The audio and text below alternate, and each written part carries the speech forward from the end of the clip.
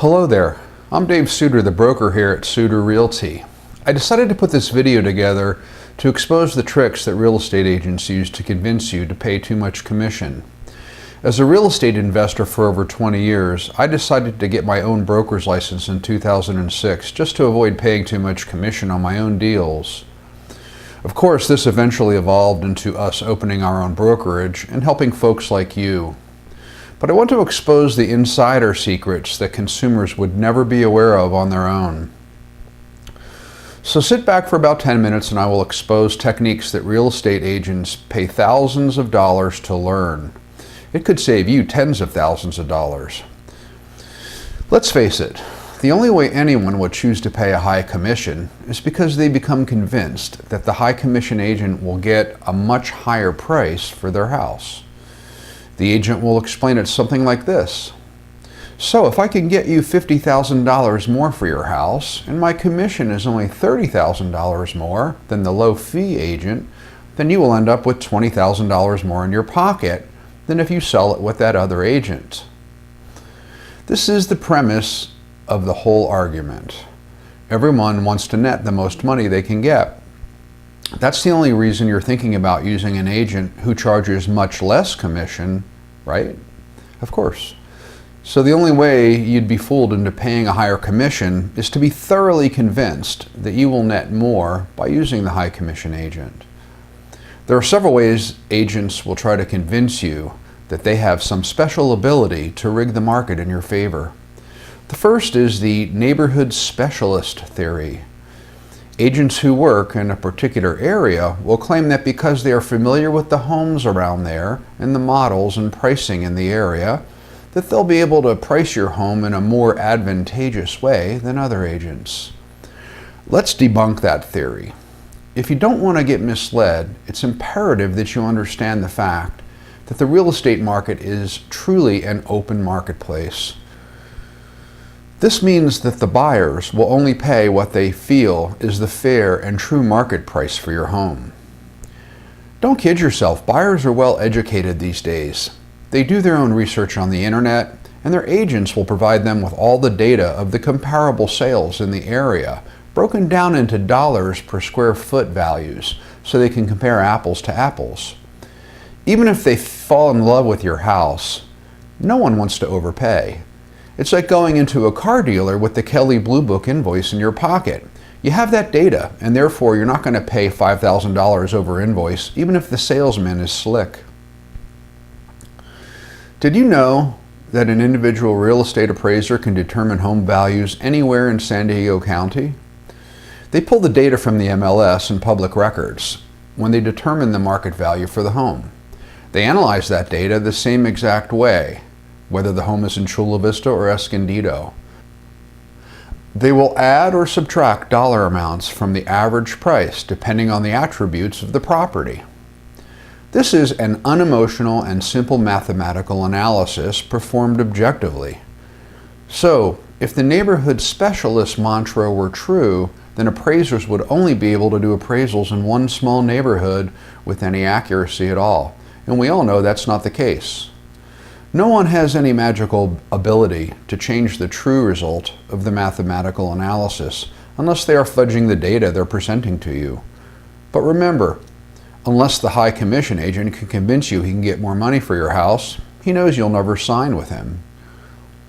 Salespeople in general, and real estate agents in particular, take advantage of human emotion to get listings.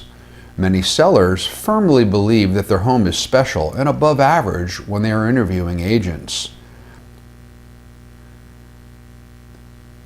The agent who reaffirms the seller's beliefs is most likely to get the listing. How easy is that? Whether the home is truly above average doesn't matter.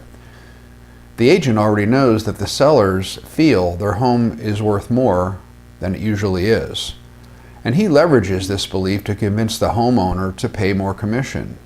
The sad fact is that the home will end up selling at the true market value no matter which agent takes the listing. The second trick, an agent tries to show he will get you more money by presenting graphs and statistics. These can look very impressive. He may show you how he sells homes faster than other agents in the area and how he sells for more money than other agents in the area. A number of years ago, I attended some high-priced marketing classes for agents. They promoted this exact same technique to the agents in the class. Since I was just starting out at that time, I asked the instructor, "Hey, I don't have any history to compile my statistics this way. What should I do?" You know what he said? He said, "Make the stuff up." Indeed, the instructor was teaching me to lie. After all, there's no way a seller could ever verify my data or the statistics that were presented. So why not? I can show you lots of marketing pieces they gave us to trick sellers if you're interested. This stuff looks all impressive, and on the surface it appears to justify the higher commission. But what he is telling you is that the buyers have been tricked into paying more than market price for the homes he listed. And even though he has sold these homes for above market price, he's also trying to tell you that he sold them faster than the other lower priced houses. Does that really seem logical to you? Remember, agents know that sellers want top dollar for their home and they want them sold fast.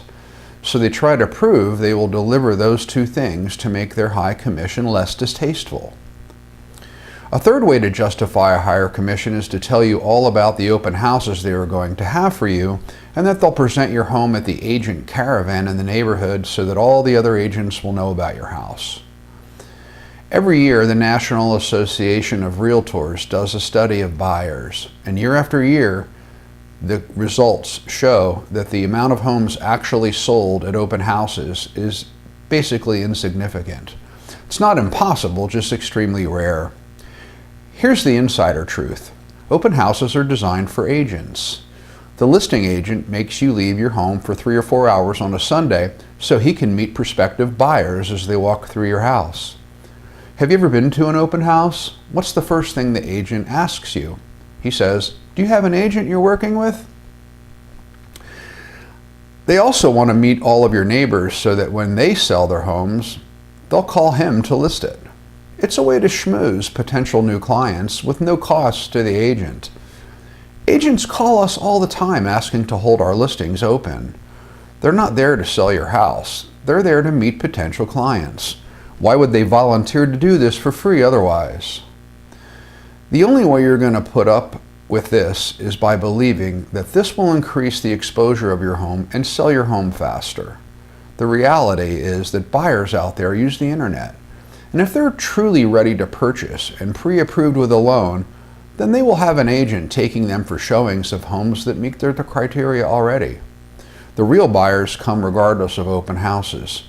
Buyers love to look at all the pictures and shop on the internet, and unlike the old days when agents told the buyers which homes they could view, these days it's the buyers who tell the agent which homes they want to see. So if you want to help an agent get new clients, have some open houses. Broker caravans are also a thing of the past. Agents who actually have buyers will find your house and bring their client. They don't need to waste time walking through houses only to have to come back again with the client. These broker caravans have turned into sales events for reps from title companies, loan officers, home warranty salesmen, and more. Usually, there are 4 reps for every single agent present.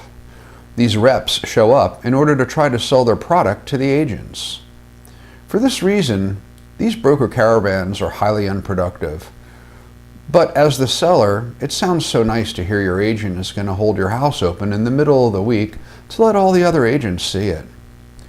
Most of these caravans only have 4 or 5 agents show up out of the hundreds in the area anyway. Your house is not selling any faster because it was featured on a broker caravan. The last trick has to do with staging a home. Some of the agents that charge high commission will include some staging of the home by a professional who will bring in furniture and artwork to make the home look more attractive. While there's nothing inherently wrong about this, you can do it directly with the staging company we use for a few $1,000s instead of paying $20,000 or $30,000 more in commission. The high commission agent will convince you that his special staging team will get you more money for your home than you could get otherwise, once again playing to that seller's desire for top dollar. We believe that some homes can benefit from staging, while others, frankly, can be made to look very attractive without the extra expense. Putting a little extra lipstick on a home never hurts, but in a hot real estate market like San Diego, most homes simply don't need it, nor will the buyer be tricked into paying more than the comps sold for just because of some pretty furniture. They may be more inclined to make an offer, but they will still have that data and they won't overpay. The buyers want to pay what the cheapest similar home sold for, even if they know yours is better. While sellers want top dollar, buyers want a deal. Thanks for watching my video, and I hope this helps you avoid being taken to the cleaners and overpaying for commission. Please feel free to give me a call if you have any questions. Bye for now.